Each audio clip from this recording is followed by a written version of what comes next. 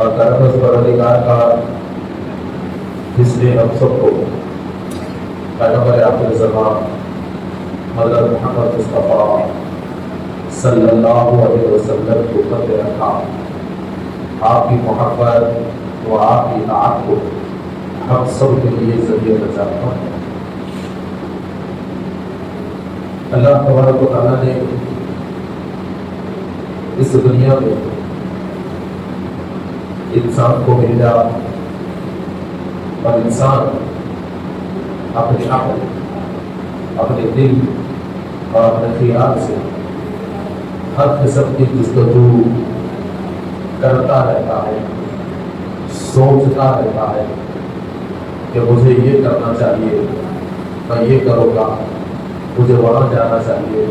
مجھے یہاں سفر کرنا چاہیے۔ مگر میرے دوستو یاد رکھیے کہ انسان کے معاملے میں، انسان کی جستجو میں اللہ رب العزت کی مرضی کا بہت اہم حصہ ہے۔ انسان سوچتا ہے کہ میں یہ کام کروں گا اور اس کام میں بہت محنت لگا دیتا ہے، مگر زندگی میں ایک لمحہ ایسا آتا ہے کہ باوجود بے انتہا کوشش کرنے کے انسان اس چیز میں ناکام ہو جاتا ہے اور اس ناکامی پہ انسان مایوس ہوتا ہے۔ تو انسان کو اپنی محنت کی ناکامی پہ مایوس نہیں ہونا چاہیے،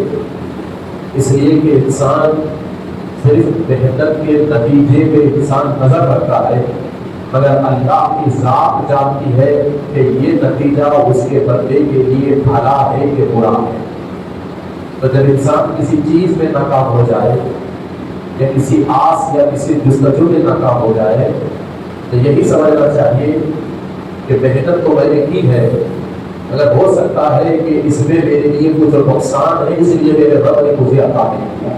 اور انشاءاللہ اس سے بہتر اللہ تعالیٰ آگے عطا کرے گا۔ اور اسے کئی مرتبہ ہوتا ہے کہ انسان 2 دن تک سوچتے رہتا ہے کہ میں سفر پہ جاؤں گا، میں گلبرگہ جاؤں گا، میں اجمیر جاؤں گا، 2 دن تک سوچتے رہتا ہے کہ میں حیدرآباد جاؤں گا، فلاں جاؤں گا، مگر ایک وقت ایسا آتا ہے کہ باوجود تیاری کرنے کے وہ نہیں جاؤں گا، مگر اللہ کی ذات پہ اگر صحیح امید رہی تو انشاءاللہ ضرور ہر سفر کی تکمیل اس کی ہوگی، وہ ہر جگہ جائے گا اور ہر امید اس کی پوری ہوگی۔ تو میرے دوستوں کہ یہ ذی القعدہ سے ذی الحجہ کا یہ جو مہینہ ہے،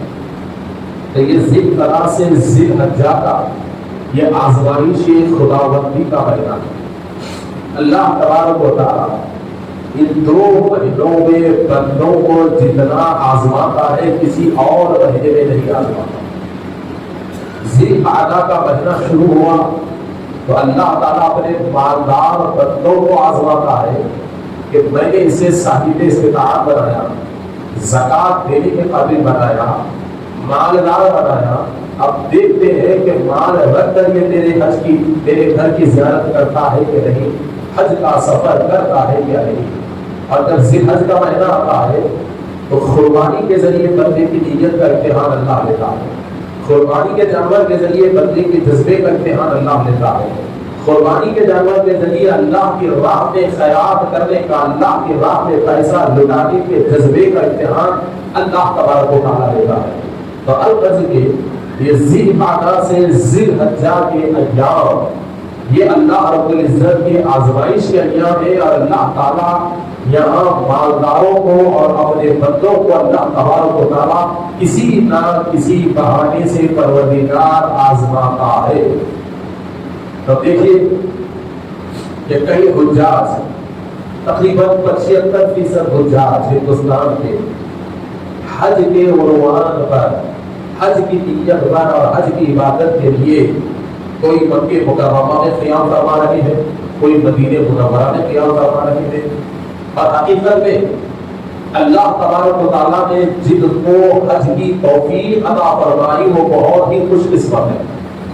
اور پھر سب سے زیادہ بدبخت وہ انسان ہے جو کعبے کو دیکھے اور کعبے کو دیکھنے کے بعد بھی گناہ پہ ٹھہرا ہے۔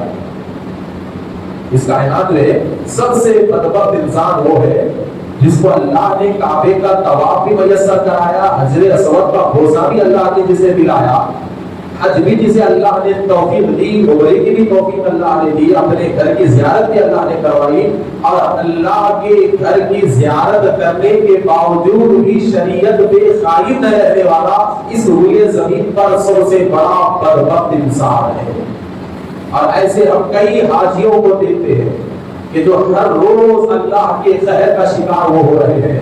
اللہ کے غضب کا شکار وہ ہو رہے ہیں کہ کئی عمرے انہوں نے کیا، حج بھی انہوں نے کیا، مگر الحاج پکارے جانے پر بڑی خوشی انہیں ہوتی ہے، شادی کے موقع پر اگر الحاج نہ لکھو تو غصہ ان کو آتا ہے، مگر جس کو الحاج نام سننے میں بڑا پیار ہے اس حاجی کو آج تک یہ ہوش نہیں ہے کہ اس کا حج باقی ہے کیا یا نہیں ہے، وہ اپنے حج کو سنبھال کر چل رہا ہے یا نہیں چل رہا ہے، اللہ نے اس کے حج کے طواف کو باقی رکھا ہے کہ نہیں رکھا ہے۔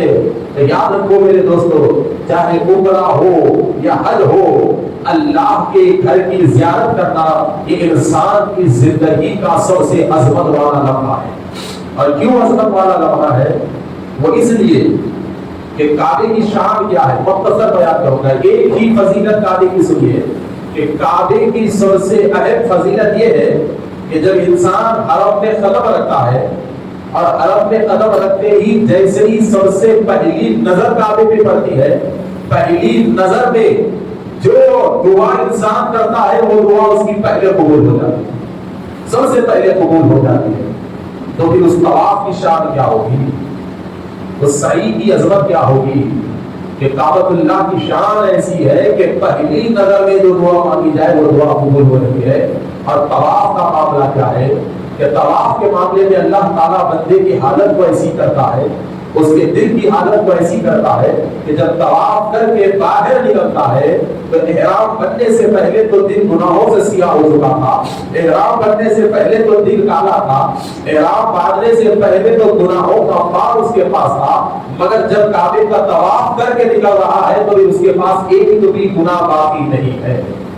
ایک بھی گناہ باقی نہیں ہے۔ اللہ تعالیٰ اس کے سارے گناہوں کو مٹا کر دیکھ رہا ہے، اس کے سارے خطاؤں کو اللہ تعالیٰ مٹا کر دیکھ رہا ہے۔ تو اب ذرا سوچئے کہ کتنی بدبختی کی بات ہے کہ اللہ تعالیٰ اس کے گھر کے طواف کے بدلے میں اس کے سارے گناہوں کو مٹا کے بھیجتا ہے، اور پھر بندہ واپس آ کے گناہ میں مبتلا ہو رہا ہے، بندہ پھر واپس آ کے اللہ کی نافرمانی میں مبتلا ہو رہا ہے۔ اور یہ حقیقت ہے میرے دوستو، یہ حقیقت ہے کہ آج کئی کعبے کے طواف کرنے والے ہیں، کئی کعبے کے طواف کرنے والے ہیں، میں نے آنکھوں سے دیکھا ہے کہ طواف کعبے کا شوق بھی ہے اور مٹیوں پہ قرضے بھی دے رہے ہیں۔ یہ حقیقت ہے کہ کعبے کا طواف کرنے والے بھی مٹیوں پہ قرضے دے رہے ہیں۔ اسی لیے ایک زمانے میں ایک جذبے والے زبان میں مشہور جملہ کہا تھا کہ اس قوم کے بارے میں کیا لکھوں خبر جو کعبے کی کمائی سے پیتی ہے شراب۔ یہ بڑا سوچنے والا جملہ ہے کہ خبر جیسے شاعر نے اتنا بڑا جملہ لکھا کہ اس قوم کے بارے میں کیا لکھوں خبر جو کعبے کی کمائی سے پیتی ہے شراب۔ تو اہل حرم کا معاملہ بھی ایسا ہی ہے کہ اہل عرب جو ہیں وہ اہل عرب اتنے بے حس ہو چکے ہیں، اتنے بے حس ہو چکے ہیں کہ ان اہل عرب کے پاس نہ اب قرآن کا لحاظ باقی رہا اور نہ ہی کعبے کا لحاظ ان کے پاس باقی رہا، اور اللہ تعالیٰ کعبے کے عوض میں ان کی دولتوں کو بھر رہا ہے، کعبے ہی کی برکت سے ان کے خزانے بھر رہے ہیں، کعبے ہی کی وجہ سے اللہ تعالیٰ ان کی زمین سے سونے کو نکال رہا ہے۔ مگر یہ حقیقت ہے کہ جس کمائی کو اللہ نے ان عرب زادوں کو کعبے کی برکت سے دیا ہے، آج وہی عرب زادے اس کمائی کو کیسی عیاشی میں اڑا رہے ہیں، ذرا دیکھیے۔ اب دوسری طرف کہ اللہ تعالیٰ جسے کعبے کے طواف کی توفیق دے دے، الحمدللہ ہمارے پاس کچھ گمراہ کرنے والے ایسے بھی ہیں، کچھ حاجی ایسے بھی ہیں کہ وہ جب حج کر کے واپس آئے تو جس دن سے ان کے چہرے پہ ہم نے چمک دیکھی ہے آج تک بھی ان کے چہرے پہ وہ چمک باقی ہے۔ ایسے بھی حجاج ہمارے پاس ہیں جو پابند شریعت ہے، خوف خدا ان کے پاس ہے، اور ایسے ہی لوگوں کی وجہ سے اللہ تعالیٰ دوسروں پہ رحم کرتا ہے۔ دنیا میں کچھ عبادت گزار بندے ایسے ہوتے ہیں کہ ان عبادت گزار بندوں کی طرف سے اللہ تعالیٰ گنہگاروں پہ رحمت کو نازل کرتا ہے اور گنہگاروں پہ اللہ عذاب کو روکتا ہے زمین پہ کچھ عبادت گزار ہونے کی وجہ سے. تو ایسی کوئی بات نہیں کہ زمین پہ عبادت گزار نہیں ہے، زمین پہ عبادت گزار ہے، مگر مسلمانوں میں اکثریت ایسی ہو چکی ہے کہ انہیں نہ اب طواف کعبے کی اہمیت باقی رہ گئی ہے، نہ ان کے پاس قرآن کی اہمیت باقی رہ گئی ہے. البتہ کہ میرے دوستوں پھر دیکھیے حجر اسود، کہ حجر اسود کا بوسہ آپ کو معلوم ہے یہ حجر اسود کا بوسہ کتنی اہمیت والا بوسہ ہے. امیر المومنین سیدنا عمر بن خطاب رضی اللہ تعالیٰ حجر اسود کے سامنے ٹھہرے ہوئے اور اس کو چومتے ہوئے آپ کہتے ہیں کہ اے حجر اسود، تو یہ مت سمجھنا کہ عمر چوم رہا ہے، تو ایک معمولی پتھر ہے، تجھ سے نہ نفع ہے نہ نقصان ہے. کیا کہا؟ کیا ہے پتھر؟ تو یہ مت سمجھنا کہ تجھے عمر چوم رہا ہے، تو ایک پتھر ہے، تجھ سے نہ نفع ہے نہ نقصان ہے، میرے نبی نے چوما ہے اس لیے میں تجھے چوم رہا ہوں. تو جب حضرت عمر نے یہ جملہ کہا تو مولا علی نے روکا، اور مولا علی نے روک کے کہا کہ عمر تمہیں کس نے کہا کہ حجر اسود نہ نفع دیتا ہے نہ نقصان دیتا ہے؟ حقیقت میں یہ پتھر ہے مگر جنت کا پتھر ہے. تو مولا علی حضرت عمر سے پوچھتے ہیں کہ تمہیں کس نے کہا کہ یہ پتھر نہ نفع دیتا ہے نہ نقصان دیتا ہے؟ کس نے کہا؟ مولا علی کہتے ہیں کہ اے عمر یہ ایسا پتھر ہے جو لوگوں کے گناہوں کو چوستا ہے. اب نفع اور نقصان کی بات یہ ہے کہ کل میدان محشر میں اللہ تبارک و تعالیٰ اس پتھر کو آنکھ دے گا، زبان دے گا، اور محشر کے میدان میں یہ حجر اسود لوگوں کے کفر اور ایمان کی گواہی دے گا. دیکھیے کتنا اہم بوسہ ہے حجر اسود کا کہ یہ پتھر کل لوگوں کے کفر اور ایمان کی گواہی دے گا کہ کس طریقے سے اس نے طواف کیا تھا، دل میں کیا رکھ کے اس نے طواف کیا تھا، کس جستجو سے اس نے طواف کیا تھا، کتنے پکے اسلام سے اس نے طواف کیا تھا، کیسے وسوسوں سے اس نے طواف کیا تھا. یہ ساری گواہی میدان محشر میں حجر اسود دے گا، اور اللہ تعالیٰ حجر اسود کو زبان دے گا، اور اس کو جتنے لوگ بوسہ دیے ہیں سارے بوسہ دینے والے حجاج کی حجر اسود گواہی دے گا. تو حضرت کے حضرات محترم، تو یہ حج کیا ہے؟ احرام باندھنا، مینا، عرفات، مزدلفہ، صفا، مروہ، کعبے کا چکر، حج کا خطبہ، یہ ساری عبادتوں کے مجمع کا نام حج ہے. قربانی، یہ سارے عبادتوں کے مجمع کا نام کیا ہے؟ حج ہے. مگر حج کے اندر آپ غور کرو تو دو چیزیں ہمیں ملیں گی. حضرت ابراہیم خلیل اللہ اور محمد رسول اللہ صلی اللہ علیہ وسلم کی اداؤں کا نام حج ہے. خلیل اللہ اور حبیب اللہ کے طریقے کو اپنانے کا نام حج ہے. اور اللہ تبارک و تعالیٰ حج کے ایام میں کہیں سنت مصطفی کی تکمیل کرا رہا ہے تو کہیں سنت ابراہیمی کی تکمیل اللہ تبارک و تعالیٰ حج کے ایام میں اپنے بندوں سے کرا رہا ہے. اور پھر خاص طور پہ ان دنوں میں حضرت ابراہیم علیہ السلام کی سیرت کو پڑھو، ان دنوں میں حضرت ابراہیم علیہ السلام کی سیرت کو سمجھو، ان دنوں میں حضرت ابراہیم علیہ السلام کی سیرت کو لوگوں سے سنو. اس لیے کہ حضرت محترم حضرت ابراہیم علیہ السلام ایک ایسے جلیل القدر پیغمبر ہے کہ جتنے امتحانات کی منزل میں اللہ تبارک و تعالیٰ نے، جتنے امتحانات کی راہوں میں اللہ نے حضرت ابراہیم کو ڈالا ہے، کسی اور نبی نے اتنے امتحانات کی راہوں کو پار نہیں کیا. ہر سال ایک امتحان، ہر عمر کے لمحے میں ایک امتحان. آپ جانتے ہیں کہ حضرت ابراہیم علیہ السلام کو اللہ تبارک و تعالیٰ نے کیسے ماحول میں پیدا کیا اور کس ماحول میں حضرت ابراہیم علیہ السلام کے نبوت کا اعلان کروایا، کس ماحول میں. اگر آپ حضرت ابراہیم کی سنت کو، حضرت ابراہیم کی سیرت کو سنیں گے، آپ حضرات اگر حضرت ابراہیم علیہ السلام کی زندگی کو پڑھیں گے تو قسم خدا کی آج کے حالات، آج کی سیاست اور آج کی غنڈہ گردی آپ کو کوئی چیز نظر نہیں آئے گی اس دور کی غنڈہ گردی کے حساب سے، اس دور کی سیاست کے حساب سے اور اس دور کی حکومت کے حساب سے. آج کے دور کی ظالم حکومتیں کوئی مقابلہ نہیں رکھتی کہ جن ظالموں کا مقابلہ حضرت ابراہیم نے کیا اور اکیلے اور تنہا حضرت ابراہیم نے کیا. اور یاد رکھو قرآن مجید میں اللہ تبارک و تعالیٰ نے پچھلے نبیوں کے ذکر کو, پچھلے واقعات کو اور پچھلے سرکش لوگوں کو اللہ تبارک و تعالیٰ نے قرآن مجید میں بیان کرنے کی وجہ صرف ایک ہی ہے, وہ یہ ہے کہ گزرا ہوا زمانہ انسان کے لیے عبرت ہوتا ہے, اور جس قوم کی نظر گزرے ہوئے زمانے پہ رہتی ہے وہ قوم ہمیشہ با ہمت رہتی ہے. تو مسلمانوں کی نظر ہر دور میں گزرے ہوئے زمانے پہ رہنا چاہیے, اور یہ دیکھنا چاہیے کہ دور گزرے ہوئے زمانے میں کیسے کیسے فتنے اٹھے اور کیسے کیسے بادشاہ گزرے, اور کفر کیسے مسلمانوں پہ حملہ آور ہوا, ظالم کیسے مسلمانوں کے سروں پر بیٹھے, اور اللہ تبارک و تعالیٰ نے مٹھی بھر مظلوموں کو بچانے کے لیے سارے زمین سے ظالموں کا صفایا کیسے کیا. آج کے دور میں ہر مسلمان کو یہ جاننا ضروری ہے میرے دوستوں, وہ نمرود کا دور. اور نمرود کون ہے؟ نمرود یہ کوئی چھوٹی موٹی طاقت کا نام نمرود نہیں ہے, زمین کا سب سے بڑا بادشاہ, کونے کونے تک اس کی بادشاہت پھیلی, اور جب اس کی بادشاہت پھیلتی گئی اور اللہ نے اس کی طاقت کو بڑھاتا چلا گیا, اس کی طاقت کو اضافہ کرتا چلا گیا, تو جیسے جیسے نمرود کی طاقت اضافہ ہوتی گئی اس کے دل میں غرور جمع ہوتا گیا, اس کے دل میں تکبر جمع ہوتا گیا. اور جب نمرود کی طاقت دنیا کے کونے کونے تک پھیل گئی اور ہر قافلہ, ہر قبیلہ, ہر نسل, ہر خاندان اور آزو بازو کے چھوٹے چھوٹے قبیلوں کی حکومتیں جب اپنے آپ کو نمرود کے حوالے کرنا شروع کر دیے, تو پھر نمرود نے ایک دن اعلان کیا کہ میں ہی تمہارا خدا ہوں. پوچھا وہ کیسے؟ کہا کہ دنیا میرے قبضے میں ایسی ہے کہ میں جسے چاہے موت دے سکتا ہوں, میں جسے چاہے زندگی دے سکتا ہوں.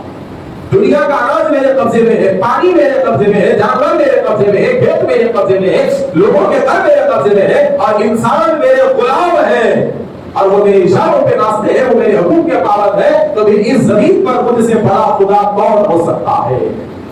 خدائی کا دعویٰ نمرود کرنے لگا. اب یہ سوچنے کی بات ہے کہ جب اللہ تبارک و تعالیٰ نے نمرود کو اتنی بڑی نعمتوں سے نوازا, اور اتنی بڑی نعمتوں سے نوازنے کے بعد وہ اللہ کی مسلسل نافرمانی کرتا رہا, کفر پہ جمع ہوتا رہا, خدا کا انکار کرتا رہا اور خود خدا بن کے بیٹھا, تو پھر اللہ نے فوراً اس کا خاتمہ کیوں نہیں کیا؟ اس کی وجہ کیا ہے؟ تو میں بار بار ایک جملہ کہتا ہوں کہ میرے دوستوں دیکھو, قدرت کی لاٹھی بھی آواز ہوتی ہے. اللہ تبارک و تعالیٰ نے کبھی کسی قوم کو جھٹکے میں برباد نہیں کیا, بلکہ اللہ پہلے موقع دیتا ہے بندے کو توبہ کا, پہلے موقع دیتا ہے بندے کو سدھرنے کا. کیسے موقع دیتا ہے؟ دیکھیے بنی اسرائیل, ایک اچھی بات یاد ہے سنیے. بنی اسرائیل یہ فرعون کی قوم, فرعون نے بھی خدائی کا بڑا دعویٰ کر دیا تھا, حضرت موسیٰ علیہ السلام کے مقابلے میں ٹھہرا تو تنہا موسیٰ نے فرعون کا مقابلہ کیا. مگر جب فرعون کا ظلم مسلمانوں پہ حد سے زیادہ بڑھنے لگا, فرعون کی جانب سے تکلیفیں جب مسلمانوں پہ حد سے زیادہ بڑھنے لگی, حضرت موسیٰ کے ماننے والوں پہ حد سے زیادہ بڑھنے لگی, تو ایک دن حضرت موسیٰ نے فرعون کو بددعا دی کہ اے اللہ اس فرعون کی سرکشی بہت زیادہ ہو گئی ہے, زمین پر تیری نعمتیں استعمال کر کے تیری سرکشی کر رہا ہے, اے اللہ تو فرعون کو ہلاک کر دے, تو فرعون کو برباد کر دے. تو جب حضرت موسیٰ نے فرعون کی ہلاکت کی دعا کی تو دعا ہوتے ہی فرعون اور فرعون کی قوم ہلاک نہیں ہوئی, بلکہ حضرت موسیٰ کی دعا کے بعد بھی اللہ نے فرعونیوں کو سدھرنے کا موقع دیا, انہیں سمجھنے کا موقع دیا. اللہ نے انہیں کئی اشارے دیے کہ دیکھو تم تباہ ہونے والے ہو, سدھر جاؤ, تم تباہ ہونے والے ہو, سدھر جاؤ. مگر وہ بنی اسرائیل بڑی مکار اور انتہائی خطرناک قوم نکلی. تو اللہ نے جیسا ہی حضرت موسیٰ نے دعا کی تو ان فرعونیوں کے اللہ نے سب سے پہلا عذاب طوفان کا نازل کیا. اتنا خطرناک طوفان بنی اسرائیل کے بستیوں میں آ گیا کہ بارش رکنے کا نام نہیں لیتی, ندیاں بھر گئے, نالے بھر گئے, تالاب بھر گیا. اب پانی کو کہیں گھومنے کا راستہ نہیں, کہیں جانے کا راستہ نہیں, تو پانی بستیوں میں چکر لگانے لگا. اور وہ پانی بستیوں میں اتنا چکر لگایا کہ ان کے گھر ڈوبنا شروع ہو گئے, اب لوگ جتنی اونچائی پہ جاتے بچنے کے لیے پانی اتنا اونچا ہوتا, جتنی اونچائی پہ جاتے پانی اتنا اونچا ہوتا. آخرکار اللہ نے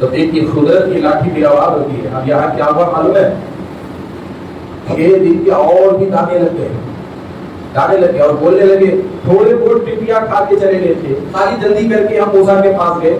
اب پھر لگ گئے, پھر تازہ ہو گئے. تازہ ہونے کے بعد اب یہ لوگ توڑنے کا پلان کر رہے. تو ایک کیڑا ہوتا ہے وہ دکھتا نہیں, گھن کا کیڑا ہوتے, گھن کا کیڑا جو گھٹوں کے اندر بیٹھا. تو گھن کے کیڑے کا عذاب اللہ نے ان کو مسلط کر دیا, اور وہ گھن کا کیڑا اندر سے کھیتوں کو کھانا شروع کر دیا, اندر سے کھیتوں کو کھانا شروع کر دیا. اب جب اندر سے کھیتوں کو کھانا شروع کر دیا تو لوگ بڑے حیران ہو گئے, اس لیے کہ اب دانا تو کچھ بچ رہا ہی نہیں, کھیت ہی صاف ہو جا, کھیت ہی صاف. اب جب سارے کھیت صاف ہو گئے اور یہ لوگ اپنے کھیتوں کو دیکھنے جاتے تھے نا, تو کیڑے ان کے جسم پہ چڑھ جاتے تھے, اور ان کے جسم پہ چڑھ جا کر ان کی حالت ایسی کر دیتے کہ ان کے چہروں کو قطر قطر کر ان کے چہروں پر, ان کے کلوں پر وہ سوراخ مار دیتے اور وہ بڑے تڑپتے تھے کیڑوں کے کاٹنے کی تکلیف سے. چیچک کے مریضوں کی حالت ہو رہی ان کی, جسم پر ان کے گڑے, چہروں پر ان کے گڑے, اور بڑی تکلیف میں وہ رہنے لگے کہ یہ کیا ہوا, یہ کیا ہوا, یہ کیا ہوا. بڑی تکلیف میں وہ رہنے لگے. جب تکلیف حد سے زیادہ برداشت سے باہر ہو گئی تو پھر حضرت موسیٰ کے پاس یہ بدبخت قوم آئی. اور اگر کہا کہ اللہ دیکھو کھیت تو صاف ہو گئے, اب کیڑے ہمارے پیچھے پڑے ہوئے ہیں, کیڑے ہمیں مار ڈالیں گے, ہمارے کلوں میں وہ سراغ ڈال رہے ہیں, ہمارے گوشت میں وہ سراغ ڈال رہے ہیں, ہماری حالت چیچک کے مریضوں جیسی ہو چکی ہے, لہٰذا آپ دعا کیجیے, اب کی بار ضرور ہم ایمان لائیں گے, اب کی بار ضرور ہم اللہ کے ہو کے رہیں گے, اب کی بار ضرور ہم مسلمان ہو کے رہیں گے, آپ دعا کیجیے. تو پھر سے حضرت موسیٰ کا دل پگھلا, حضرت موسیٰ نے دعا کی اور اللہ نے انہیں کیڑوں سے نجات دی اور ان کے زخموں سے اللہ نے انہیں شفا دیا. اور جب وہ شفا انہیں ملی, بات سمجھ میں آ گیا آپ لوگوں کو اللہ کتنا موقع دیتا ہے. حالات کو دیکھ کے کبھی یہ مت سمجھنا اسرائیل مار رہا اب تک باقی ہے, امریکہ مار رہا اب تک باقی ہے. اللہ ہر ایک کو موقع دیتا, ایک دن ایسا ڈبا دیتا کہ نام و نشان نہیں ملتا, نام و نشان نہیں ملتا. تو انشاءاللہ برابر ایک دن یہ ظالم ڈوبے گے اور مظلوم پھر سے دنیا میں بہادر ہو کے ٹھہرے گے. اللہ ہر ایک کو موقع دیتا ہے سدھرنے کا, تو پھر وقت ان کی بھی منزل موقع کی چل رہی ہے, اور ایک دن اللہ کی رسی دی ہوئی ان لوگوں کو ختم ہو جائے گی. تو حضرات محترم اب ذرا دیکھیے, اب ہوا کہ انہیں شفا مل گئی, کیڑوں کے زخم کم ہو گئے. اب پھر ایمان لانے تیار نہیں ہے قوم, یہ قوم ایمان لانے تیار نہیں. بڑے وزیرے ہیں, 1 مہینے تک بڑے سکون میں رہے, کھاتے پیتے کرتے رہے. حضرت موسیٰ کو انجام مار دینا, سائڈ سے نکل جانا, ایسی حالت 1 مہینے تک ان کی چلی. تو 1 مہینے کے بعد اللہ نے ان کے اوپر میڈکوں کے عذاب کو مسلط کیا, میڈک کے عذاب کو اللہ نے مسلط کیا کہ آسمان سے ایسے میڈک پر سے, ایسے میڈک پر سے, ایسے میڈک کہ میڈکوں نے ان کے جینا حرام کر دیا. میڈکوں نے جینا حرام. پانی پینے کے لیے اگر گھڑے میں جاتے تو گھڑے میں میڈک پاتے, کھانے کا برتن دھوتے تو کھانے کے اندر میڈک, بستر میں جاتے تو بستر میں میڈک. حالت ایسی ہو گئی تھی کہ اگر ان کو جمائی آتی اور وہ منہ کھولتے جمائی لینے کے لیے تو منہ میں میڈک اچھل کے چلے جاتے. منہ کھولنا ان کے لیے مشکل ہو گیا تھا, راستوں میں جانا ان کے لیے مشکل ہو گیا تھا. ان کے محلوں میں زمین میڈکوں سے اتنی بھر گئی تھی کہ انہیں ایک انچ زمین بھی انہیں نظر نہیں آ رہی تھی. اور یہ فرعون کی خوف دیکھی اللہ نے کیسے کیسے عذابات اس قوم پہ نازل کیے. تو جب مسلسل اپنی بستیوں میں میڈکوں کا پھیلنا انہوں نے دیکھا, اپنے گھروں میں میڈکوں کو آتے ہوئے انہوں نے دیکھا, اپنے کمروں میں, اپنے بستروں میں, ان کی گود میں, ان کے منہ میں, مرد اور عورتوں کے پاس میڈکوں کو جمع ہوتے ہوئے دیکھا. تو وہ میڈکوں کے عذاب سے تنگ آ گئے, پھر موسیٰ کے پاس گئے. اور حضرت موسیٰ کے پاس جا کر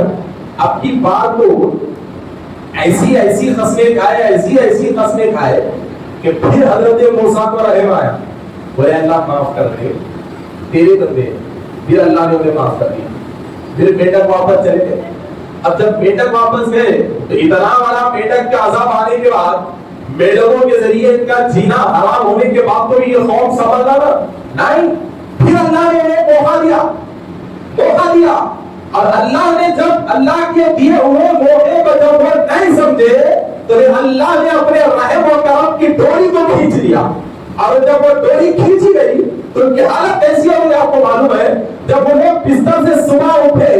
پانی پینے کے لیے گئے تو ان کے گھروں میں پانی نہیں تھا بلکہ خون بھرا ہوا تھا.